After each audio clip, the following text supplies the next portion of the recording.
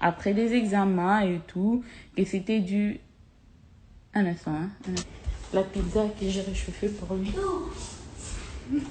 You were looking at your mommy. Who is that in your phone? I'm on live on Instagram.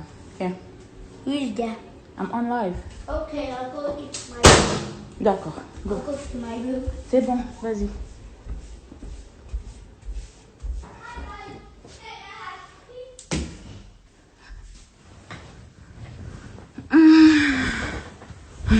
Ok. Il est né avec un problème de rein. Quand on était encore à l'hôpital, il y avait un problème des reins qui devait être corrigé. C'est pour ça qu'on a traîné un peu à l'hôpital avant d'être libéré. Et à l'hôpital, je me rappelle l'infirmière qui était en train de travailler dans ma chambre me disait toujours « Oh, tu as un bébé paresseux. He is so lazy. » Lui, il veut que dormir. Mais elle ne disait pas ça dans le mauvais sens. Elle ne disait pas ça dans le mauvais sens, mais elle avait quand même écrit ça.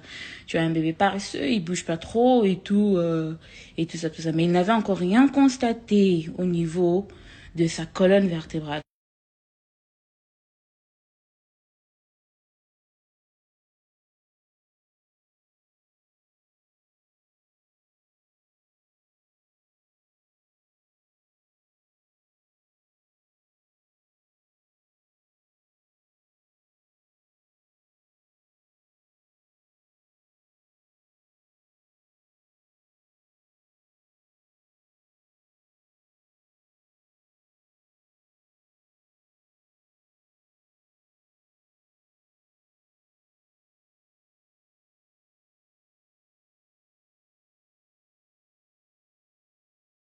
En février, et vous avez voulu que, en annonçant mon divorce, que j'allais parler de la violence conjugale que j'ai subie pendant que j'étais grosse, pendant que j'ai un nouveau-né. C'est quand même pas correct. J'ai attendu près d'une année pour parler de ça. Alors, quand Zion est né, la première personne que j'ai appelée, c'était son papa. Je l'ai informé de la naissance de l'enfant et je l'ai informé aussi du problème au niveau de ses reins. Et on s'est chamaillé ces jours-là. C'est l'une des choses qui avait vraiment confirmé et concrétisé la séparation.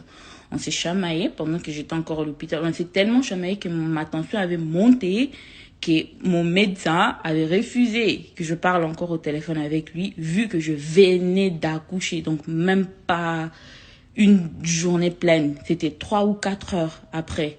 Donc après la naissance, on m'a transféré des chambres. Quand j'étais située dans la maternité, c'est quand j'ai pris le téléphone et que j'ai appelé Mike. D'abord, je ne l'ai pas appelé, il était tard. Il était tard chez nous. Alors, je lui ai fait un message. Voilà, je l'ai fait un message. Je l'ai appelé. Je l'avais appelé, il n'avait pas décroché. Et puis, je lui ai fait un message et puis il m'a rappelé. Ok? On s'est chamaillé pourquoi? On s'est chamaillé à cause du nom de l'enfant. Il y a beaucoup de gens qui se promènent. Il y a beaucoup de gens... D'abord, premièrement, une chose que vous ne savez pas, la confusion au niveau du sexe de l'enfant. Tout le monde pensait que Zion était une fille. Je n'ai jamais adressé pourquoi les gens pensaient que Zion était une fille. Les gens pensaient que Zion était une fille parce que son papa, qui ne connaissait pas son sexe. Donc, vous comprenez un peu le niveau de l'irresponsabilité. Même dans la grossesse, tu ne connais pas le sexe de l'enfant. Son papa disait aux gens que Zion était une fille.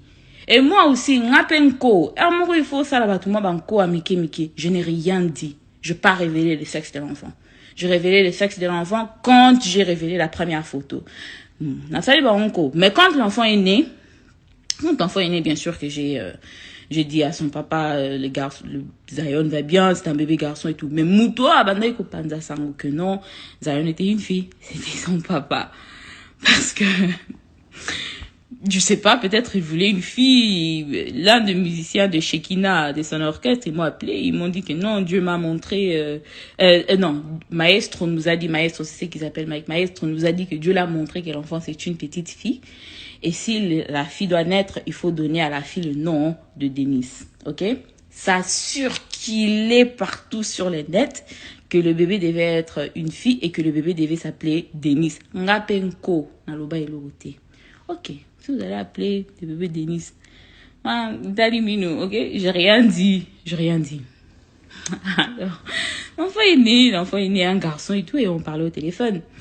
Et on a parlé au téléphone, et je lui ai dit, demain, le matin, le médecin viendra vers moi pour me donner le papier qu'il faut remplir, pour le certificat de naissance de l'enfant, pour le nom et tout ça. Je l'ai appelé pour lui parler du nom, ok? J'ai toujours quoi ça? Na betara c'était, je sais pas comment dire ça en français. J'ai toujours insisté ou j'ai toujours mentionné le fait que c'est moi qui a donné le nom à mes 2 enfants, ok? Shaddai, c'est moi qui a choisi le nom de Shaddai, mais bien sûr que j'ai demandé à son père, ok? Je me rappelle, on était à Lubumbashi, c'était avant même que je ne conçoive Shaddai. J'étais sur Instagram, ok? J'étais sur Instagram et il y a un pasteur de Dallas, il s'appelle pasteur Jean-Marc Mulumba, si je me trompe pas. Pasteur Jean-Marc Mulumba, il a son fils aîné, ou bien l'un de ses fils qui s'appelle Shaddai. J'étais sur Instagram, j'ai vu quelqu'un poster la photo de Shaddai, son fils, en 2013. C'était, je crois, en octobre 2013, où il était un garçon il sortait avec les bagues au mariage de quelqu'un, et quelqu'un a écrit son nom. J'étais sur Instagram, je montrais à ma mère, je dis, oh non, regarde, c'est nom Shaddai, et j'aime bien le nom, j'aime bien la signification, c'est en hébreu, on voulait que nos enfants aient des noms hébreux et tout ça. Andimi, mais c'est moi qui ai trouvé, c'est moi qui ai choisi, ok? Et le nom Michael, Shaddai, il est le Ndoi, il porte le nom de son papa. J'aime pas trop le nom Mike pour un enfant, alors on a opté pour Michael. Et puis Shaddai, il est Shaddai Michael Kalambai Wa Kalambai. Il porte le nom de son père. Et c'est moi qui ai choisi ça. Le Kalambai Wa Kalambai, là, c'était mon idée. Je voulais que tous les enfants soient de Wa Kalambai. Ok? Alors on passe, Zion est né et je devais remplir le certificat de naissance de l'enfant. Je l'ai appelé pour avoir son avis. Moi, j'avais déjà le nom Zion en tête, mais je voulais quand même lui donner l'occasion de me dire non, j'ai ces noms, je voulais ces noms. Mais comme il ne savait même pas le sexe de l'enfant, l'enfant allait s'appeler Denis. Mais il n'y a qu'à sympathie. Parce que l'enfant, c'est un garçon. Alors, quand je l'ai appelé, il m'a dit quoi au téléphone? Il m'a dit non, je vais prier et puis je vais te rappeler demain. Je lui ai dit ok, il n'y a pas de problème. Donc demain à Bango, avec le décalage d'horaire, demain à Bango, ça s'est fait que le médecin était déjà venu pour me demander. Parce qu'il était déjà... Donc, c'était les petits matins, comme de là où nous étions. Donc, c'était vers minuit des États-Unis.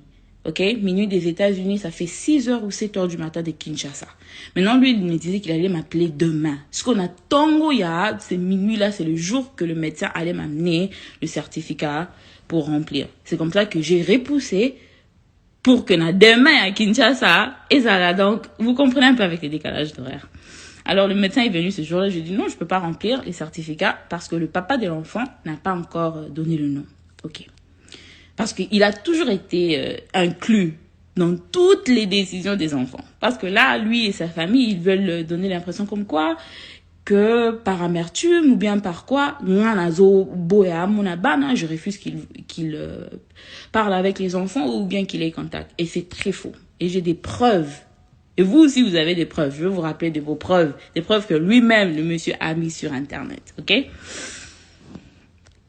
Oh, j'aime pas de trucs comme ça. Mais il faut parfois laver son nom. Parce que ça devient un peu des trop. Alors, il m'a appelé. Il se met dans ma baie fort.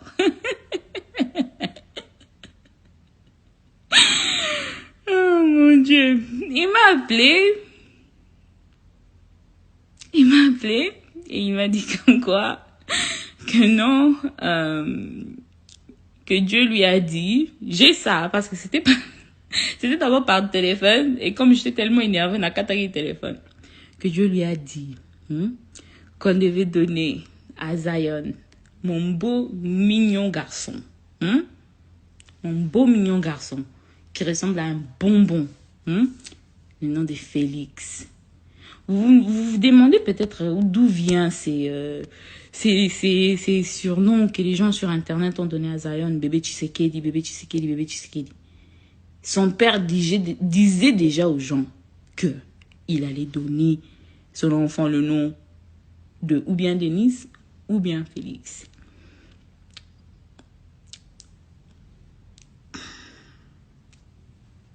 Et j'étais catégorique. J'ai dit non. J'ai dit non, on s'est chamaillé, mais je me suis imposée. Je lui ai dit non, si tu tiens vraiment à ce que cet enfant il porte le nom de Félix, matin avion, viens remplir les certificats de naissance. Viens remplir les certificats. Yakayo muko kuma Félix. Pour ngamo penyel. Ngakanda makel. Kakanda makelanga. Na kokalanga de. Et tu peux voir comment écrire sur un certificat de naissance. Félix. Félix. Et c'est dû à ça qu'on s'était chamaillé. Je dis non. Il a dit non, tu vas pas donner à mon enfant le nom de Zion. Regardez d'abord, hein. Tu vas pas donner à mon enfant le nom de Zion parce que Zion a d'origine rastafarienne. Tu vois les gens au Jamaïque et tout ça. Vous vous imaginez, hein. Pasteur Nabino, il sait pas que le nom Zion, Sion en français, la montagne de Sion, c'est un nom hébreu, un nom biblique qui est dans la Bible. Ok?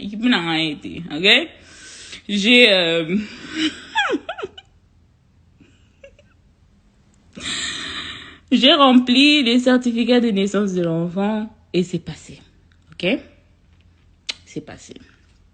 Et puis après, il est venu en août. En août, si je ne me trompe pas, 2019. En août 2019, et quand il est venu, il m'a demandé de voir les enfants. Il m'a appelé. Il n'avait pas mon numéro parce que j'avais changé de numéro. Il a appelé ma petite soeur Anna.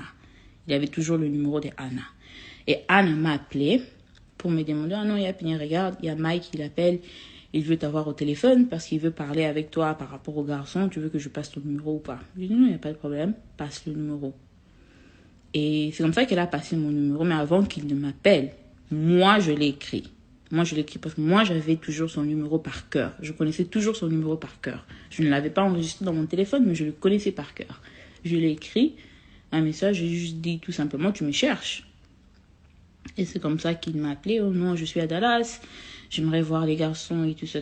Et comme les garçons étaient déjà, ils étaient déjà à la crèche, je lui ai dit ok.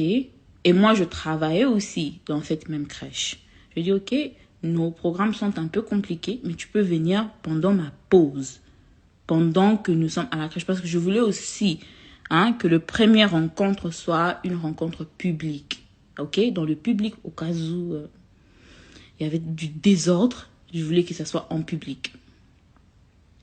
Et c'est comme ça qu'il est venu à l'école avec notre ex-parrain de mariage et avec l'un de ses amis ou je sais pas le gars. Et ils sont venus à l'école et il est entré. Il a rencontré Zion pour la première fois en août à la crèche. Et il a vu Shaddai et tout ça. Et c'est comme ça que notre ex-parrain de mariage nous a demandé, je sais pourquoi j'explique ça. On va chuter dans la cagnotte. Je sais pourquoi je vous donne un peu ces timelines. Alors, notre ex-parrain de mariage nous a demandé si on pouvait, le jour suivant, se rencontrer chez notre parrain de mariage. Suivez bien.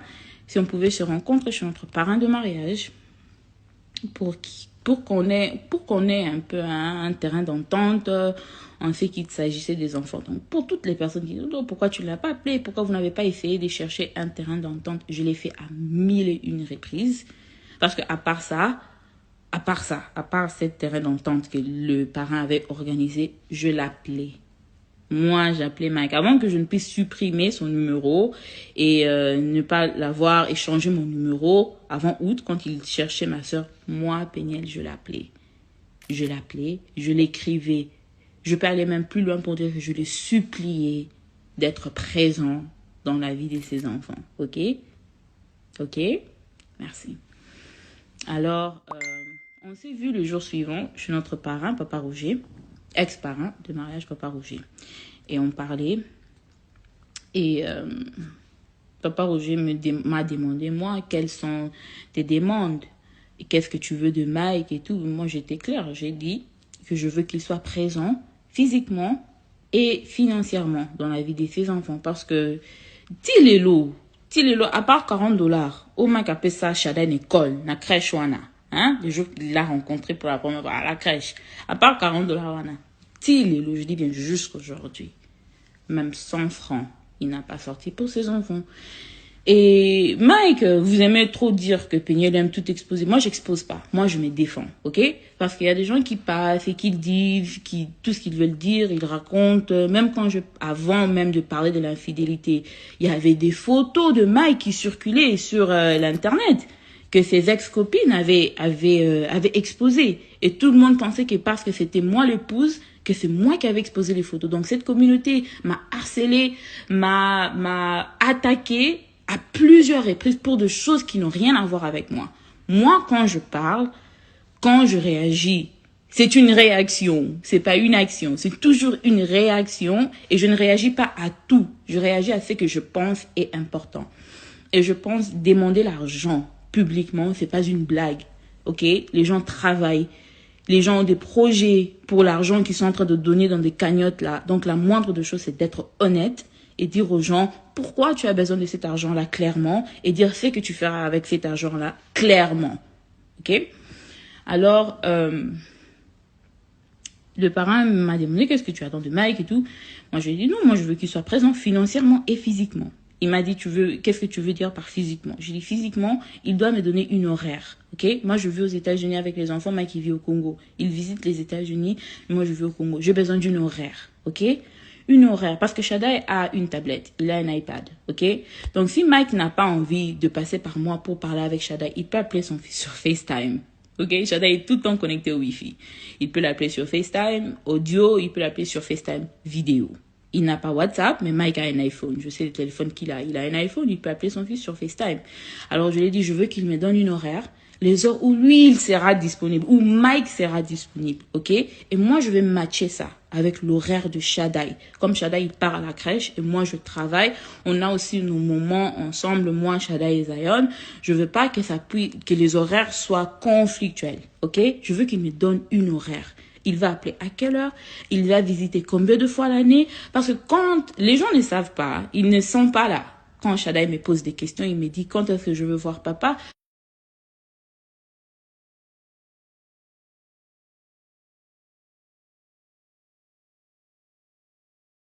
Tu penses venir aux États-Unis combien de fois par année? C'est quoi ton programme par rapport à ces enfants? Tu dois avoir un programme. Tu as des enfants qui vivent dans un autre pays, tu dois avoir un programme. Tu dois savoir que je serai avec eux dans telle période, je vais appeler à telle heure, à telle heure. On doit être organisé parce qu'on n'est pas ensemble. On doit être organisé pour qu'on ait quelque chose à dire aux enfants.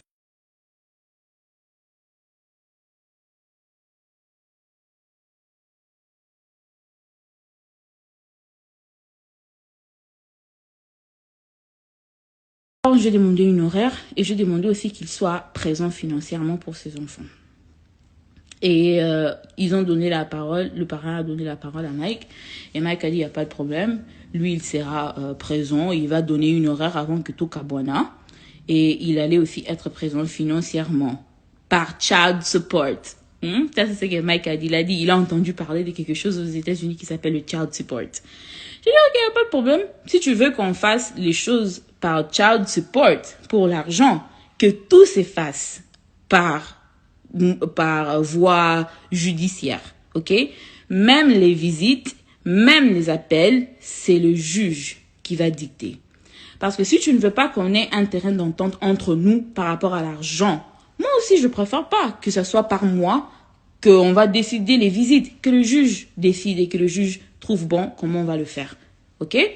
Et c'est comme ça que le parrain a dit, ok, si c'est comme ça que vous décidez, je dis non, si c'est ce que lui il veut, hein, parce que moi, je ne vais pas exiger comment je voulais que cet argent soit remis et je ne vais pas exiger comment les visites. J'ai juste voulu une horaire. Alors, c'était un peu ça. Et les parents ont dit, ok, on va entamer le processus de child support. Mais en attendant que le child support entre, Mike, tu dois quand même être présent financièrement. Parce que les child support, c'est pas les ali panangoubaté. Tu vas pas aller appliquer aujourd'hui, on te donne les child support demain. Non. Il y a plein de choses qu'il faut vérifier. Et c'est comme ça que le parent a dit que non, Mike, en attendant, tu dois toujours faire quelque chose pour les enfants en question. Et c'est moi qui ai parlé en ces moments-là parce que je connais Mike. Je dis, papa Roger, Dieu m'est témoin. Je dis, papa Roger, si Mike doit envoyer l'argent pour les enfants, je ne préfère pas que ça vienne directement chez moi, que les transferts se font en mon nom et que les transferts se font à ma banque. Comme vous êtes là et vous avez joué comme intermédiaire dans cette réunion, que l'argent passe par vous. Que Mike vous envoie, vous, papa Roger, l'argent et que vous m'envoyez moi payer l'argent. Et je l'ai fait parce que je connais Mike. Je voulais me protéger. Mike Aramutabanko, il peut t'envoyer $50 et te dire qu'il a envoyé 500. Et il n'y aura aucune preuve. Alors, je n'ai pas voulu que ça passe par moi. Et les cas, et pas Moutoumsousou, quelqu'un qui est neutre. Quelqu'un qui était neutre. Pardon? What, papa? Can I get my iPad yet? I'll come check if it's charged. I don't think it's charged. Is it charged? Un instant, s'il vous plaît. Is it charged? I think yes. I'll go to my room. Okay. Go play with Zion. I don't care. J'ai voulu que ça passe par un moyen intermédiaire. Quand je fais l'émission sur YouTube avec Maman Trésor, je vous ai dit qu'il y a plein de détails que je vous ai pas donnés. Donc là, je donne quelques petits détails juste pour chuter sur la cagnotte. OK? Alors, je voulais que l'argent passe par Papa Roger.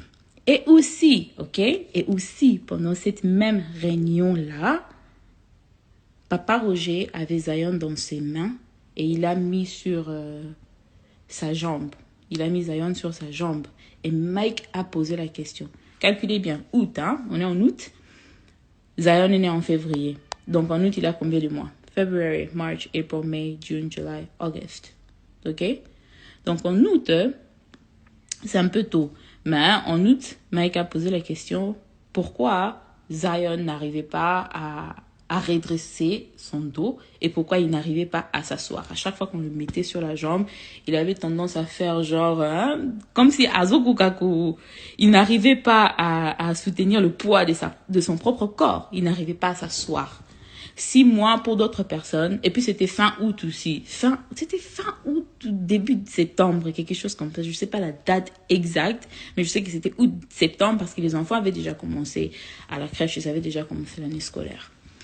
Alors, il a posé la question, pourquoi Zion n'arrive pas à s'asseoir et tout ça, tout ça.